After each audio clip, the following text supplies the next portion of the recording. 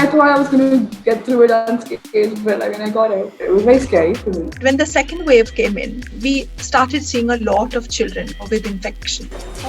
As India battles the world's worst COVID-19 surge, there have been claims that young children and teenagers are more affected than before. But are they? To find out, we checked the numbers.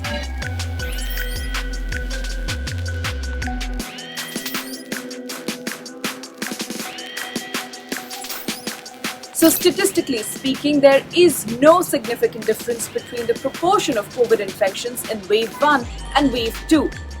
But the data available is only up to 21st April. And since then, the country has seen a significant rise in the number of cases. We don't know as yet the age distribution of infections for that period.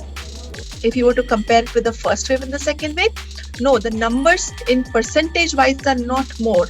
But in absolute numbers are far more because many more number of people got infected in the second wave. It was not me alone. We were discussing with all our colleagues all over India and everybody was seeing a similar phenomenon. The overall infections in the second wave have been over 3 times higher than the first wave. One reason could be the new variants currently prevalent, which are said to be more infectious than the strain in the first wave. And given India's relatively young population, you'd expect to see greater numbers of infected children, even if the percentages aren't much different this time.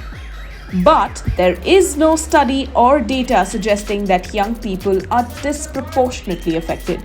And although it is infecting them, the risks of children becoming seriously ill from the virus are still low.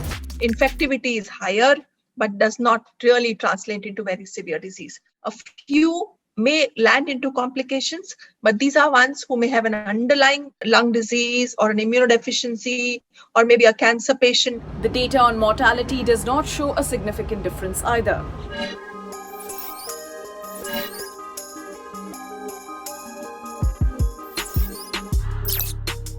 "17-year-old Tia recovered from COVID a few weeks ago.